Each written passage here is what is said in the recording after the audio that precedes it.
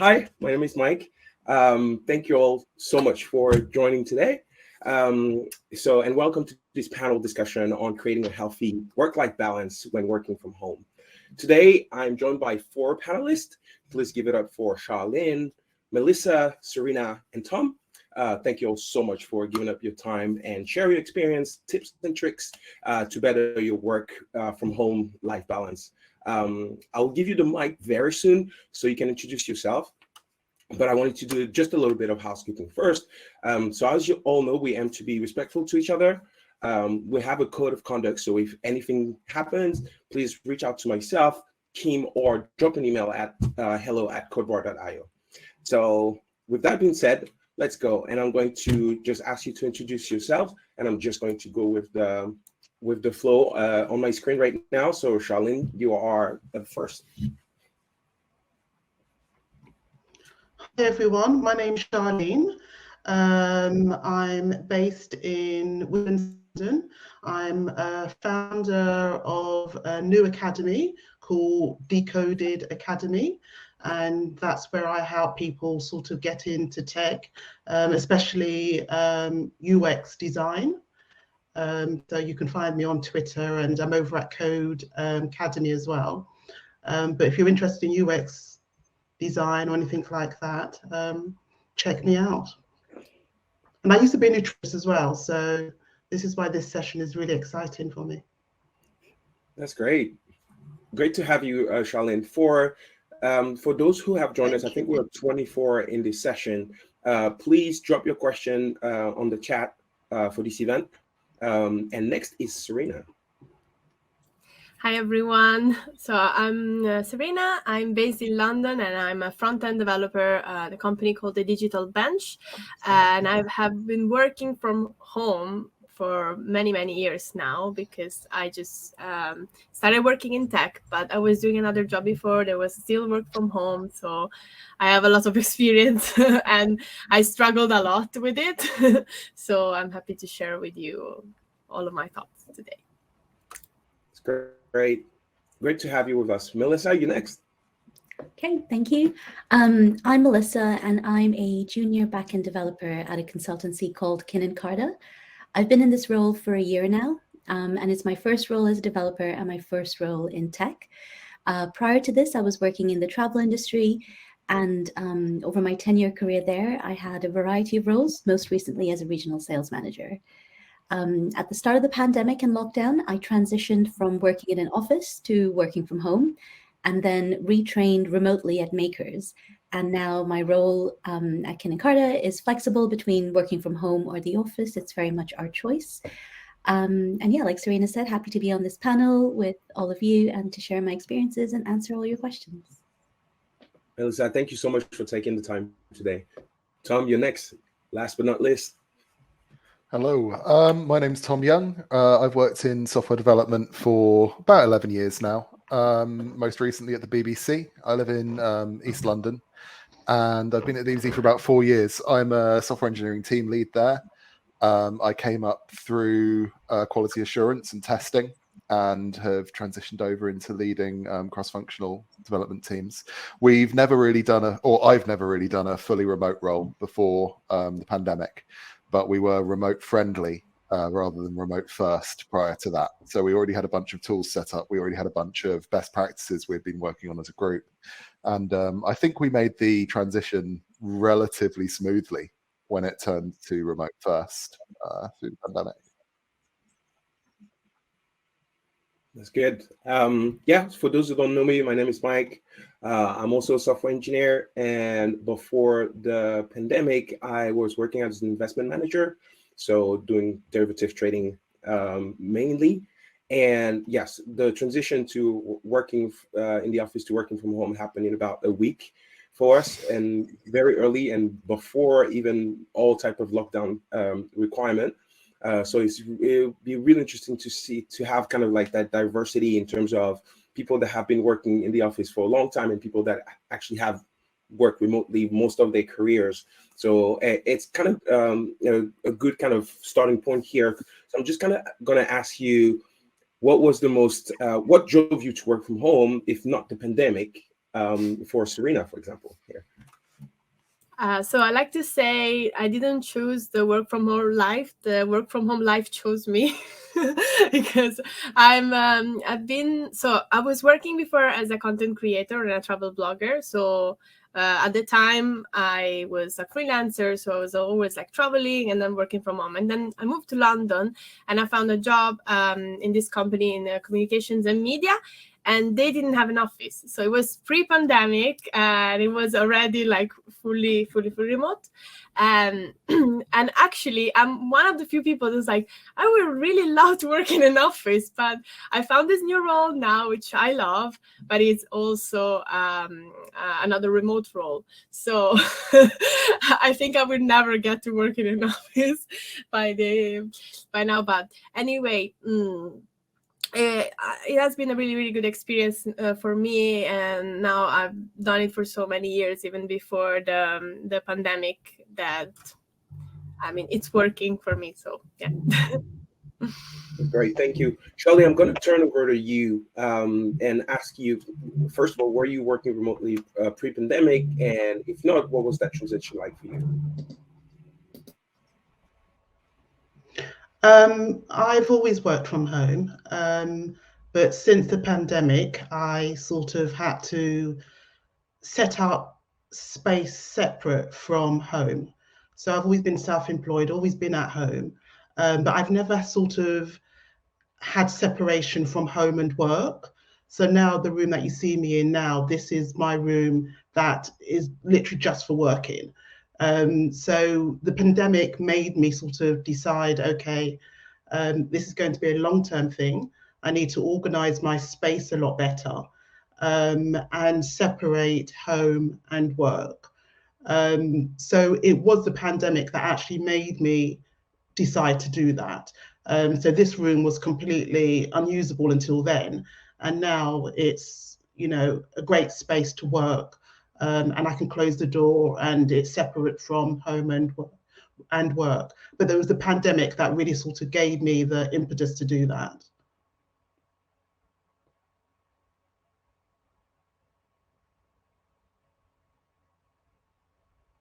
Sorry, I was muted.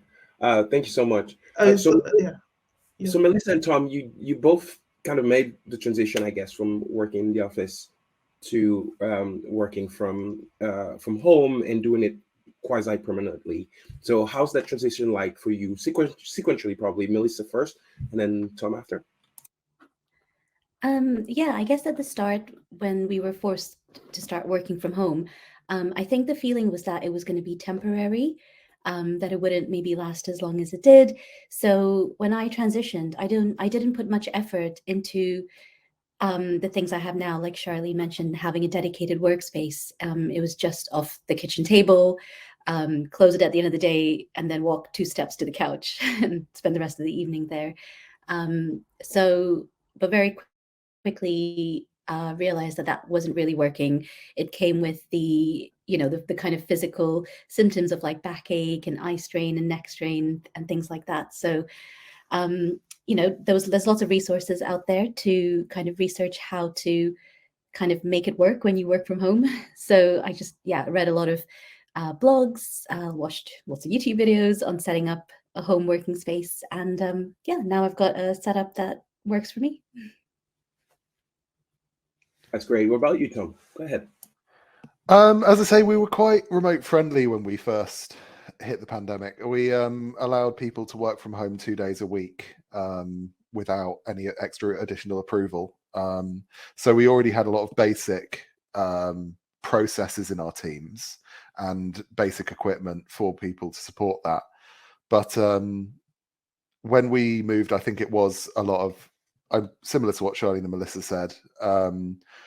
Things like laptop stands became much more important to make a more ergonomic environment. Things like actually having an external keyboard and mouse became much more important. And kind of, it's those quality of life changes which become most important when you're doing it day in, day out. They become very important. I think those little kindnesses, those little touches of comfort, those little touches of things which kind of help you get through the day make all the difference, whether that's a plant on your desk or whether that's a cat or whether that's, whatever little things help you to get through that on top of the tech. Definitely. Before the pandemic, I was playing a lot of basketball. So I was kind of slotting about 6 hours of sport every week without really thinking about it. And when the pandemic hit, everything stopped for me. And I created a lot of bad habits very early on without even thinking about those things. So like, what are, maybe in your experience, what are the things that you remember doing that kind of were very bad habits that you had to kind of really sit down and think about it and say, okay, I really need to change that. Serena? So there were a lot at the beginning. It was a struggle. One is, like Charlene mentioned, the fact of separating the workspace from the rest space. Sometimes it's not always possible. So, for example, you see my bed just behind me because I'm renting in London. It's super expensive. So I have a room. And sometimes you keep yourself like in this like work mindset, even when you're off. And so you're like starts like thinking about work at night, or it's a very complicated relationship. But there is something that I really had to work to make it like because I was getting so much more stressed every day. Like I was never off at the beginning. I think that one was a very important one. And plus, I'm a gamer, so the computer I use is also like my gaming computer. So sometimes like I did like some breaks and I started playing games and it wasn't really good for my concentration. So I had to get out of the habit of having like the gaming computer and then the working computer. So, everything gets mixed up really easily, and it's a struggle, but it's good to keep things separated, I think, in this case. Sure. Charlene, can you walk us through some of the good habits also that you picked up over the years working from home? And you said that you really didn't think about it more before the pandemic. So what are the adjustments that you made before and after? I think for me, the main thing is actually leaving the house. So taking a lunch break and actually leaving to take a lunch break. And very similar to what Serena said, it's very difficult to switch off, especially when you use work computer and it's also your leisure computer. But one of the things I really do recommend is actually take time to leave the workspace, to not eat lunch at your table, to actually try and go to a different space, and preferably actually go outside.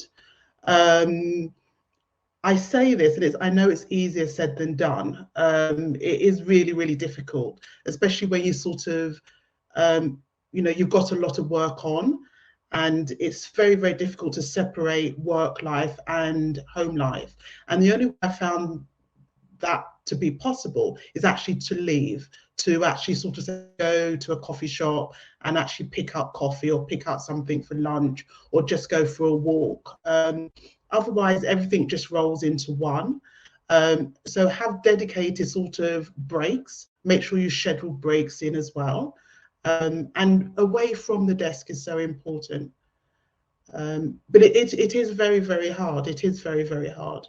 But I think breaks and lunch breaks and weekends, take weekends, take time off is so important. Thank you so much.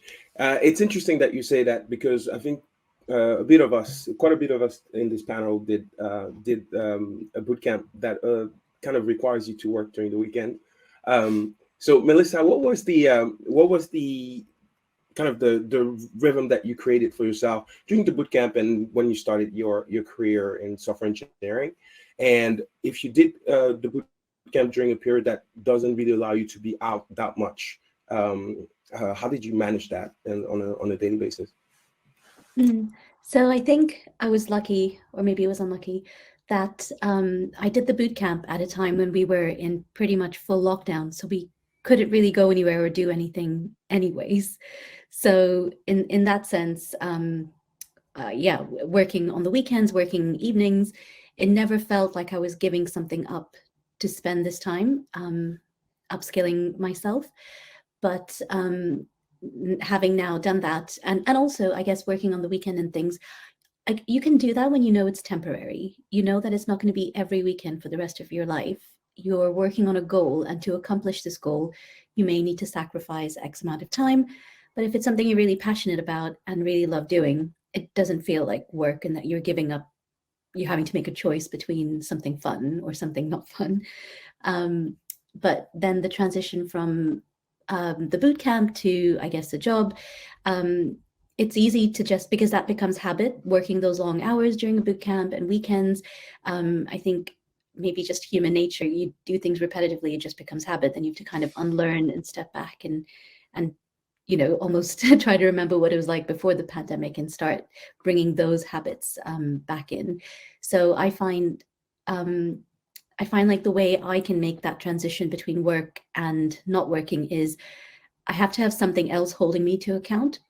So I've signed up on the weekdays now. It's like 6 o'clock typically. I've signed up for like yoga classes, other gym classes, Zumba, things like that, where I've made this commitment to physically go to this class. So I have to stop working at 5:30 so I can stand up, walk away, and go to this other thing. And that's kind of helped me make sure that I stop working when I should stop working. Helen is asking a question, and Tom, I'm going to ask you to answer it if you can. So Helen is saying, what do you do to help draw a line to end your working day, especially when you are quote unquote in the zone? I mean, that's really going to depend on your own personal circumstances. The things that work for me won't necessarily work for you. I encourage you to try a few different things and accept that the first few probably won't work, and keep trying small changes and seeing what exactly works for you. Some members of my team have the luxury, as I do, and as I think Charlene said that she does, of having a dedicated work environment, of being able to dedicate some space. Others have been working from their bedrooms, like Serena. Others have been working from their kitchen table, or from, in some cases, the floor, because that was the best place for them. That was the best place for them to get set up. So it really depends what your physical space is like. If you can draw a physical line under that working day, it can be really helpful.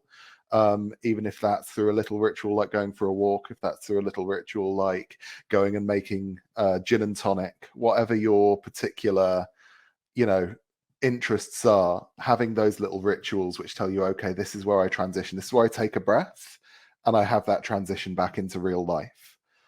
I do think that one of the most pernicious ways that work bleeds into my home life is through notifications. And it's really transformational for me to do things like to set up your notification schedule on Slack so you will not get notifications outside of work.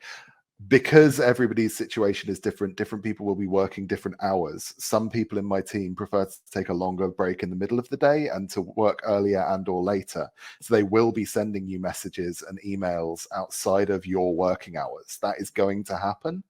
And changing your mindset so you do not have to respond to those immediately. So you treat those as asynchronous communications that you will get to when you are actually in your workspace, when you're in your work headspace, is so important to draw those lines. If you're getting notifications on your phone when you're sat on the sofa with your cats after work, then that's a problem and it's insidious. Especially if it's for something that would wait for the morning. It's not a P1 in the live environment that really needs you to drop everything and run. That will wait. And setting those expectations of other people that you're not always going to respond immediately, so they respect your work-life balance. It doesn't happen by accident. You have to make conscious choices to end that working zone and begin that home life zone. So I always thought I had this type of body that doesn't really gain a lot of weight. but I gained a lot of weight very quickly during the pandemic. And I was able to lose it back because I went back to doing sport at the same kind of rhythm than before. But can you kind of all give me a little bit of the things that you purposely changed during the pandemic, and maybe think about things that you actually not purposely changed, but you have changed without really noticing, that have been great for you over the last kind of 2 years, but also whenever you moved into a transition to working from home. Melissa, do you want to go with this one? I was hoping you wouldn't pick me because I missed the start of that question. It cut off a bit. Oh, okay. That might be my connection. So I was just thinking about the good habit that you purposely kind of picked up, and the ones that you didn't think about, but you still kind of made it kind of a habit of managing kind of like that work-life balance from home. I think a good habit I picked up was kind of just around keeping my home and work and personal environments a lot cleaner and organized than they perhaps were when I was working from the office and not spending as much time at home. And it kind of, I guess over time, it kind of became a bit therapeutic, and it means when I start the day, I've got a nice clean desk to start at and things like that. And it's definitely different from how it was before. So for me personally, that was a good habit that's going to continue. Serena, do you want to touch on it as well and share? Yeah, no, I agree with Melissa. This happened for me as well, and I started using Pomodoro timer much more, and it really, really helps, because especially like when you do like a 5 minutes breaks among the session, you can just like put on in the dishwasher, do some little cleaning, and you just get away from the desk, you clear your mind a little bit, and then you come back to it. And by the end of the day, your house even, looks so much better. So it's a win situation, win-win. Charlene, Graham is suggesting, how about getting away from your phone at the end of the day, not getting into any kind of electronic device when you're kind of having dinner and you interact with people that are not colleagues. Is that something that you suggest has been working for you, or you think it's a good idea in general? Was that for me, Mike? Yes, Charlene. Yeah, I think that's a fabulous idea, actually. Just sort of very briefly talking about the question that you mentioned earlier, picked up so many bad habits during lockdown that a different session altogether. But actually having no digital sort of appliances, a digital detox, if you will, is absolutely a fabulous idea, because I sometimes catch myself switching off my computer to then sort of do exactly the same on my phone. So literally just sort of set a time aside where you say, right, no phone, no iPad, no computer, go read or do something else. And it's a conscious effort to do that. And it's something that you do have to sort of schedule in and say, okay, from Friday for a couple of hours, I'm not going to use any digital devices, but it is a conscious effort. I've had sometimes Twitter open on my computer and my phone at the same time. So yeah, I think that's really good advice, actually, to actually schedule that in. But it's all very conscious, it's all planned, it's all very deliberate. I don't think these things will just happen. You really do have to sort of schedule them in. I would like to jump in, if I may, and just say it's not always possible to digitally detox. For the first year and a bit of lockdown, I was actually living on my own in a basement flat, which I was renting in North London, which was fine pre-pandemic. It was absolutely fine when I could go out and see people, when I could go out and get some fresh air, some sun, some whatever, without feeling anxious, without feeling like that was a big problem.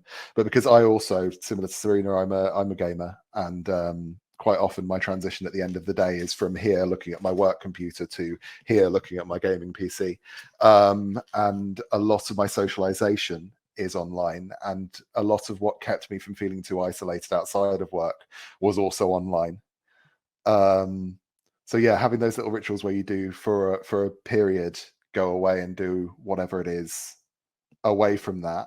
It's okay to then come back. Don't feel like you're doing it wrong if that is also where you get your social time, where you get your leisure time. Don't feel like because it's wrong for some people, it's wrong for you.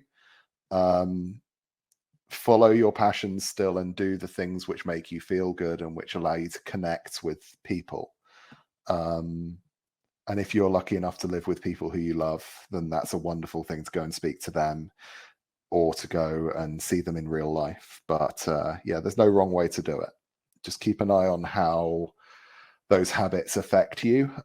Quite often for me, that would mean sitting at the same desk for a 7 or 8 hour work day and then 5 or 6 hours in the evening. And obviously that's not a great thing to transition from 7 hours sat in one seat to 4 or 5 hours sat in the same seat. So one of the transformational things for me was getting a sit-stand desk, or having that delineation between the two, taking regular breaks, regular short ones, where you just move into a different space. I totally agree with that, Tom, and thanks for sharing. What is your favorite thing about working from home? I guess, Serena, I'm going to start with you, but you're all going to answer if it's possible. Yeah, I think not having to commute in the morning, that's really good. And plus, like, I like to wake up very early and go to the gym. And it is good for me that I can just like go to the gym and come back. I have much more time to do things in the morning. And that's something that I really, really appreciate. Melissa? That was going to be my answer too, the lack of having to commute. But unlike Serena, I am not a morning person, so I appreciate the extra lie-in I get in the morning. What about you, Tom? Completely agree. So I might have mentioned in one of my other answers, over lockdown, I got cats. That's been my favorite thing about it, because I work in a space which is at the bottom of my garden. So my commute is walking down the garden now. And as I walk back up, if I can see my cats sat at the kitchen door waiting for me, and they're slow blinking at me as I walk up the garden path, then that has been my very favorite thing, because it makes me feel missed and loved. It's really good. I don't know if Charlene can listen or is listening or can join. One of my favorite thing is I took the time to think about moving away from London, and actually moved out during the pandemic, and then got closer to the beach. But it's a short-lived experience because I'm coming back for sure. So yeah, but it's been good. Thank you all so much for joining today. Maybe one last tip. If you have not shared it, or if you think that you would want to share it, do you all have one last tip to kind of help people kind of improve their work from home lives and maybe kind of find ways to make it really better for those who are going to stay in this kind of setting? Charlene, do you want to go for it? Yeah, sorry, I lost you there a little bit. Very, very quickly, one of the benefits from working from home for me has been I can work globally now. So that's been great. I'm meeting people from all over the world.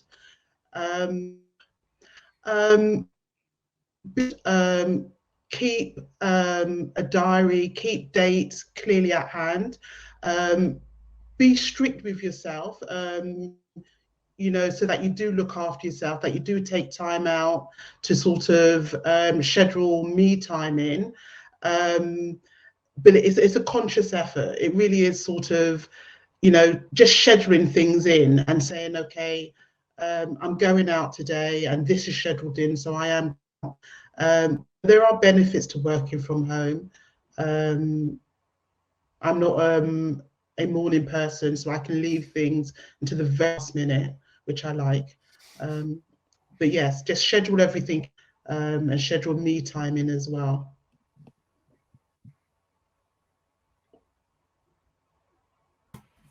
So working from home also means kind of like socializing from home. So I don't know, for me it took me a little bit of time to meet my colleagues once I started my first job, right? So I all met them online before I actually can physically see them.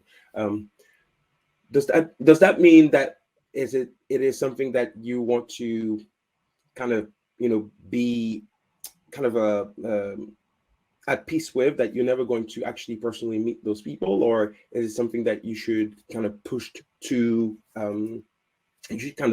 and kind of seek that real life interaction for those who can? What do you think, Melissa?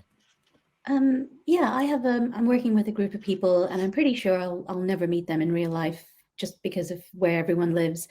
But I think we all know that, and I think we've all made an effort to, when we have conversations with each other and in team meetings and things, it's not always work. We try to bring in some of those, organic kind of social conversations that would have happened if we were working in real life together. So we tend to have just a few chats before our meeting starts, or when I speak to one of my colleagues, I don't typically start with what needs to be done in terms of work. So, and I found that helps. So I feel like I do know them quite well, even though we've never met in person. So yeah, I may not know how tall they are, but I know what their favorite beverage is. It's always the number one thing when you kind of meet a group of people online, and then the transition to meeting them in real life, and you see how tall or not they are.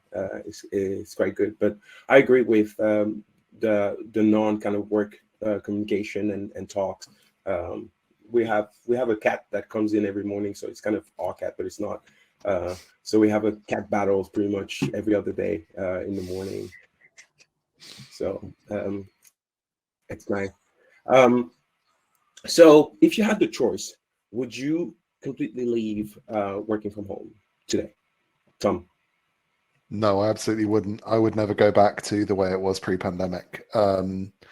I would like a mix. I would like a hybrid role for myself. I think that the change in tone of conversation has moved, certainly in my organization, towards flexibility on both sides and working out what works for both the company and for the employee. I think my ideal would be 1 or 2 days a week in the office. I really value going out for lunch with my colleagues. I really value those face-to-face one-to-ones with my direct reports.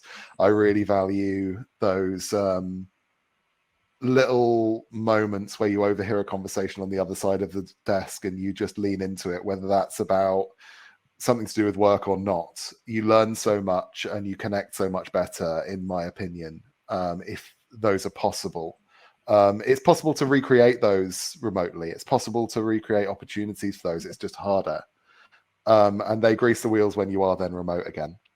So I really miss that, and I would really like to go back to some of that. But I don't really want an hour and a half commute every day. And I do quite like my homework setup, and I do value those extra hours of sleep in the morning. All of those things are really important to me, and I think that because the tone of that conversation has changed, you will have more power to say what's important to you. And I think what we need to do is normalize expressing your needs in the workplace, and normalize saying, okay, this is what works best for me, this is how you're going to get the best out of me, and this is what I need from you to support me in doing that. Some of that's going to be more time in the office for some people who, for instance, are not able to have a good homework setup and whose physical or mental health suffers when they're working from home too much, and they need that separation, whether that's because of children or whether that's because of physical space or whether that's because of a myriad of reasons. And other people are going to need more time at home because of whatever their personal life setup is. So we need to really build in that flexibility and normalize expressing our needs.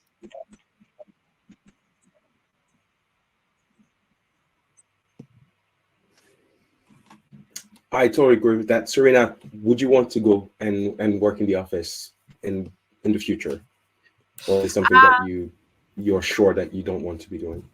No, I would love to do, as Tom mentioned, I think hybrid would be the best solution for me, and like get in the office maybe 1 or 2 days a week, because I think it's good, like having also like a change of environment.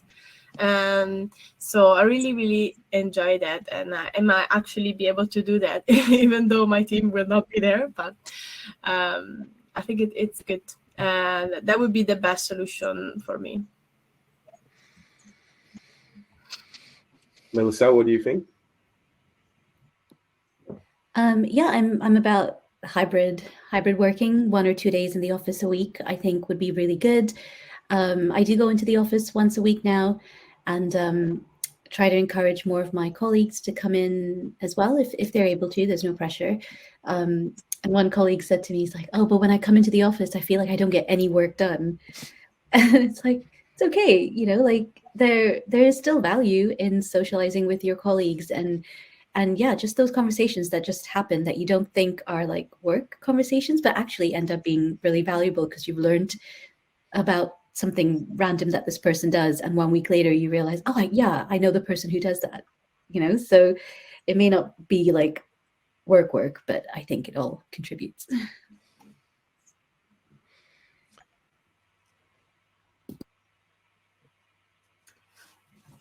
Oh, I was going to ask a question for Charlene, because she's probably in a different setting than all of us. But when I was doing the boot camp, we were doing pair programming quite heavily, and we are still doing this at the company I work for, and especially in my team. But pair program face to face with someone is a different experience, and I think something that I value even more. And therefore, I think I'm just like you. I'm just a big advocate of the hybrid, and actually have even more specific, because I know exactly which day I would want to go and work at the office. And I think, like, for me, Thursday, Friday at the office are the best, because you just get a little bit more kind of tired as you get through the week. But also if you go at the end of the week, you tend to kind of heighten your level of productivity at the end of the week. So on compounding basis, actually, you get a bit more productive, I think, regardless of how much you kind of work. I think having that differentiation is quite important. But I would have wanted to know from Charlene if she feels the need to kind of interact with people, but she doesn't really have colleagues per se, even though she has work collaborators. So that would have been interesting. So has anyone done anything fun virtually with their teams or friend that they would recommend to the panel or people that are listening here? We tried a bunch of things. We do have a regular Friday. We still call them desk beers. We used to do them in the office. We now do them from home. Beer is optional, but it's just that regular informal get together where some weeks we will just chat, some weeks we'll play a game. We went through a phase of playing Among Us in that as a team and finding out that our engineering manager is a terrible liar. And we went through phases of playing like virtual Pictionary type games and guess where you are in the world type games, where you watch a short video of somebody walking through a city and you have to guess which city it is, and you get points based on how close you were, and things like that. Little kind of team building type activities. I think they're incredibly valuable. Melissa touched on this, not always just talking about work with the people you work with. I think there is a pernicious, I'm saying too many things are pernicious, so I'm going to ignore that word. No, there is a tendency for people who primarily write code as their work to see that as the only thing they do, which is real work. Like anything they're doing which isn't writing code, anything they're doing which isn't, progressing a ticket, or which isn't adding lines to the code base is not real work. And that's not true. There's so many other things that you're doing which are progressing a project, which are furthering your understanding of the context of what's going on, and building those connections. So it just greases the wheels of every little interaction you do over the next few weeks. And I think these are the sorts of things, even if it's just playing a ridiculous game in work hours, so that it's more accessible for more people who might not be able to stay after work, who might not have that luxury of being able to hang around with you outside of working hours, but giving them the opportunities to have those social interactions with the team is so crucial. Do you have that set up, Melissa? Do you have that set up at work where you're able to do virtual games or anything social? Yeah, I think the most fun thing we played that I'd recommend, that's easy to do and yeah, fun for everybody. We played Taskmaster virtually. So we had one of the members of the team was the Taskmaster, and we all had different things that we had to do, and that was really fun. You got to learn everyone's personalities and how everyone interpreted what was needed, and yeah, that was a really nice virtual activity for the team. So you're not working for a specific company, Charlene, but is that the type of thing that you push, or that collaborators of yours are pushing to do, or something that you do on a regular basis, or not necessarily? I sort of work for myself, and I don't, have to go into an office or such. I do think it's still important to make time to see people, to schedule time in, to see friends, to see family, and just not get sort of stuck in with too much work. Sometimes it just seems like you're on a rat wheel and you're just going. And, so many factors cause that personally. But sort of think socialize equally important work, and making time for that as well. When it comes to, you can hear me too well. Yeah, we could hear you very well. At least I could. People are sharing games in the chat, so please go ahead and try them for yourself or with your colleagues. In my personal experience at work at the moment, we schedule exactly what Tom said, like literally middle of the afternoon on Friday. Every single Friday, we have this social time for basically every engineering team. So we end up having multiple actually teams getting together for this kind of social time around online games. So I would suggest that if you don't do it, just try to propose it at work, maybe. That's quite cool. When it comes to nutrition now, is there anything that you've changed during the pandemic that you really weren't doing before? And do you think that's something that that is important to do because you work from home? Serena?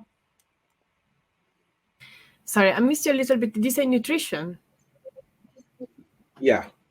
Okay. Did you change your food habits because you were working from home and yeah. Yeah, no, definitely. I cook more than I used to. Sometimes it's hard because living in London, all the deliveries are so easy to get. And during the pandemic, I started doing so many deliveries, and I had to stop. But now, yeah, definitely, I cook more. And with the times that I have, like some little breaks, as I mentioned before, like it's easy, in 5 minutes breaks, I can just go there in the kitchen at 10, put on the rice in the rice cooker, and then just cook itself. And I get to heal like more, I get to eat more like nutritious, like healthy food, rather than like go outside every day and like spend money and buy food that's not really good for me. Anyone wants to take that on? Melissa, did you change anything, food habits, or not really? No, not really. There wasn't anything I intentionally changed, but I think an unintended consequence of working from home meant that I was snacking less, just because in the office there was always someone who was bringing in snacks and cakes, and there was always something happening. But yeah, you don't really get that working from home. If you want a snack, you have to go out and get it. So yeah, that's a good benefit, I think. Yeah, Tom? Yeah. I do find that there are some opportunities through the day. If you're in one of those all hands, which is more of a broadcast type call where you're not having to interact, I will quite often just put that on my headphones and I'll go into the kitchen and put something in the pressure cooker or in the slow cooker for dinner that evening for me and my housemates. So I'll be stood there making a dal, or I'll be doing a soup or a stew or something while I'm listening to those, and it keeps me physically active. It actually helps me to concentrate more. I feel like I take in more of the information. And also then there's something nutritious and delicious at the end of the day, which can be bubbling away while I'm doing the rest of my afternoon. Charlene, do you have any advice for people who wants to kind of improve their ability to eat better, to participate to bettering their work from home life? Hello?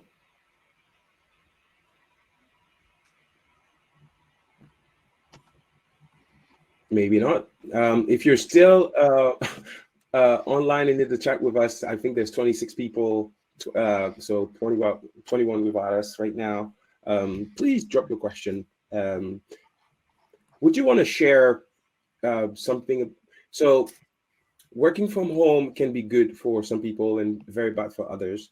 So Tom, as a engineering lead, have you had to kind of help colleagues kind of deal with that transition or deal with that new way of working, and what have you seen and what have you been able to kind of inject in their kind of brain to kind of help them? I think, yeah, it all comes back to everything we've been saying all the way through this. I've been helping multiple team members, both ones I manage directly and members of the team who I don't manage directly, throughout the pandemic to adjust their mindsets, adjust their working environment, adjust everything to kind of support that. It is very individual. Talk to your line manager, talk to your team, express your needs, and what you need will be different to the next person. And where those needs are able to be met directly, they absolutely should be. And if they're not being, then you need to feed that back to your company. I think that in this next phase of our industry, there is going to be a real focus on, there's a demand in the job market from people to be remote friendly, to give people flexibility, to give people more of an ability to have a decent work-life balance. And I think that's a real good thing for the industry as well as a good thing for the employees. I think that we will all benefit from that. And try things. Talk to your manager about what you want to try it, and it probably won't work, so you try something else.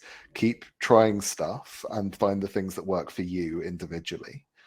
That's the most important thing for me. I've been supporting people, and each and every one of them has had different needs because of what's going on in their life, and they've changed at times as their life situation changes.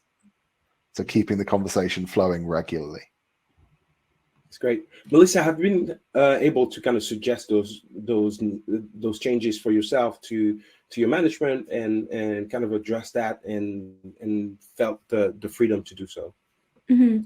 Yeah, I found one of the challenges of working remotely is you don't know what everyone's doing, and you might have a question or you need help, and you might put a message in a Slack channel, and if no one replies in 15 minutes, you're like, oh my God, does everyone hate me? Why is no one replying to me?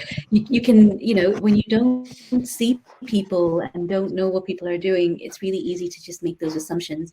So something I have started doing and have suggested other people try doing is to just set your statuses in Slack. So if you're on lunch, you can just change your status to lunch, or if you want to have like an hour of focus time and you don't want to be disturbed, you might still get disturbed, but you set your status to that. And that way, if someone messages you, they know not to expect a reply right away or anything like that. And I found, that's been helpful. It means I don't feel like I have to always be at my computer, even if I'm at lunch, because I can just change my status to lunch and then walk away. That's really good. Has any one of you started a new job while remote? And if you did so, how was the onboarding process? That's a question from Kim. Serena, you've done it, right? Yes. I started my first the job in tech actually at the end of January this year. And yeah, it was a bit complicated for me. That there were some complications because I joined the team, but the team wasn't really formed yet. So I had some issues. Like it took me like 2 weeks just to set up the laptop because it's not like a tech company.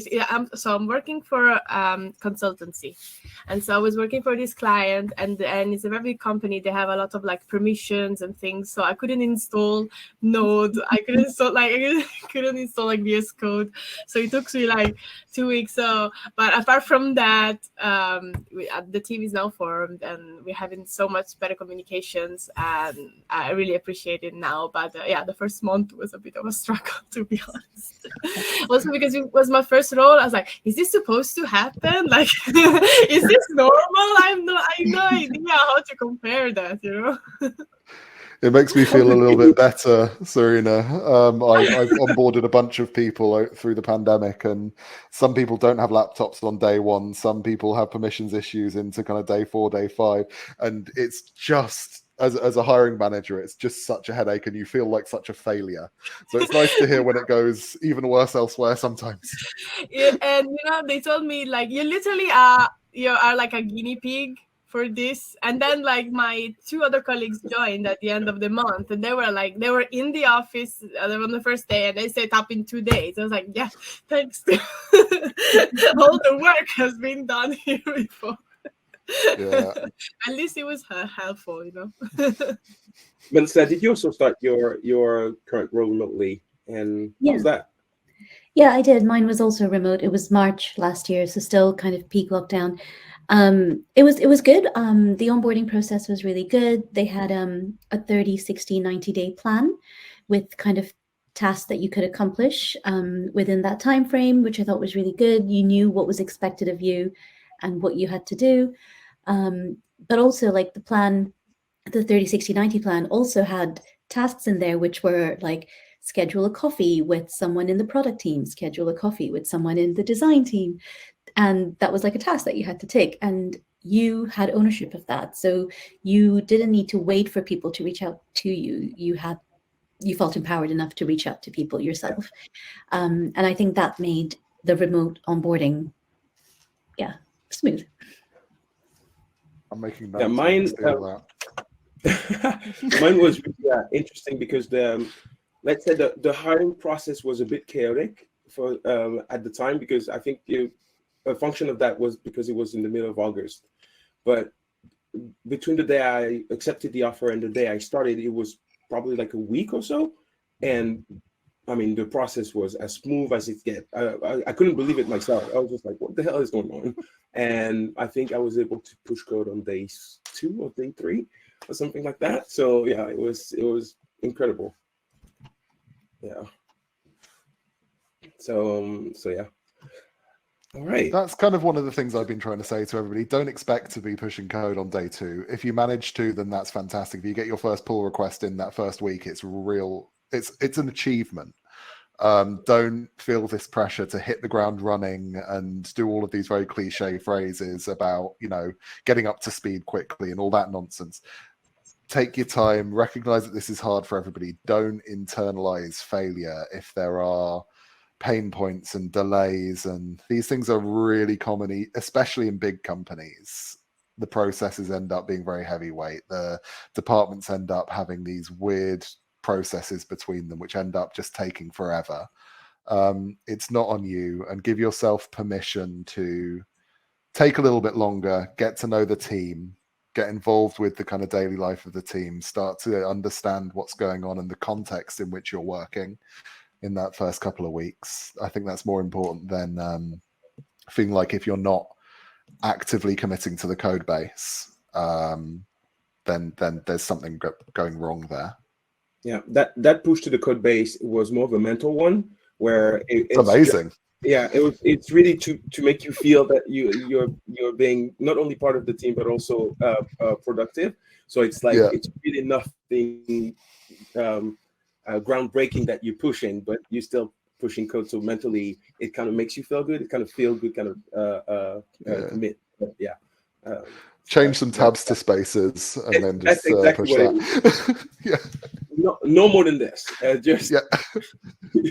just to feel good and see your name on the commit or something. So yeah. That's all it is.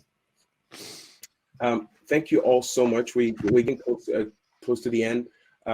Thank you so much for your tips, and I love the diversity of the panel. I don't know how the people at Codebar and Kim managed to have such a diversity of background when it comes to approach to working from home, but that was great, and I appreciated that very much, and I appreciate all of you, and thank you so much for your time today.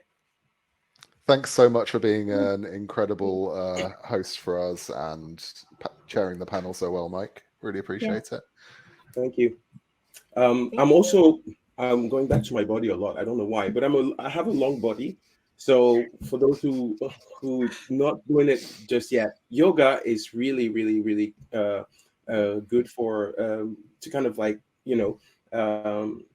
change a little bit your rhythm when you work from home.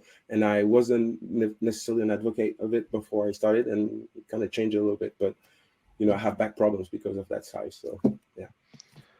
I relate to the back problems. So that's that. We still have like a kind of 3 minutes to ask questions. Oh, Kim is getting to us, so maybe. No. I was just dropping in just to say thank you. So yeah, no, carry on. No, I was just saying that we have another 2 minutes for those who have questions. I see there's like 20 other people on the call, and we got Charlene back. Hi everyone.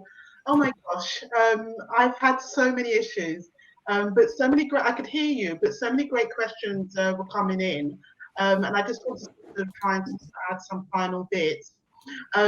Just some issues with regards to eating well. I know that was a question that was posed just before I lost you. Probably the wrong question, because I picked up so many bad habits during lockdown. I'm too embarrassed to even actually mention them. I don't know you that well enough. But I would say, once again, it really is a case of planning.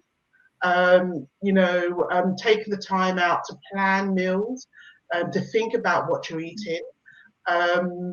And also, as somebody said as well, it's so easy to get deliveries that it's like, well, why bother to cook when I can just, phone somebody to deliver something for me. And I feel I've got so many bad habits that it seems strange that I'm even saying this, but from a nutritionist point of view, I would say prep your food, cook in advance, think about what you're eating, because it really makes a difference if you eat well to your mental health as well. So it really, really does matter. I think during lockdown, I thought, well, the world was going to end, so what did it matter? We're all going to die anyway. And that was the wrong approach. So as much as Mike was able to get rid of his lockdown weight, I'm really still struggling with mine.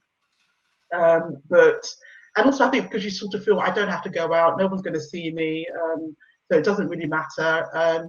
But prep your food and sort of, cook in advance. And it's a little bit of discipline as well, but it makes so much of a difference, not just to you physically, but mentally as well.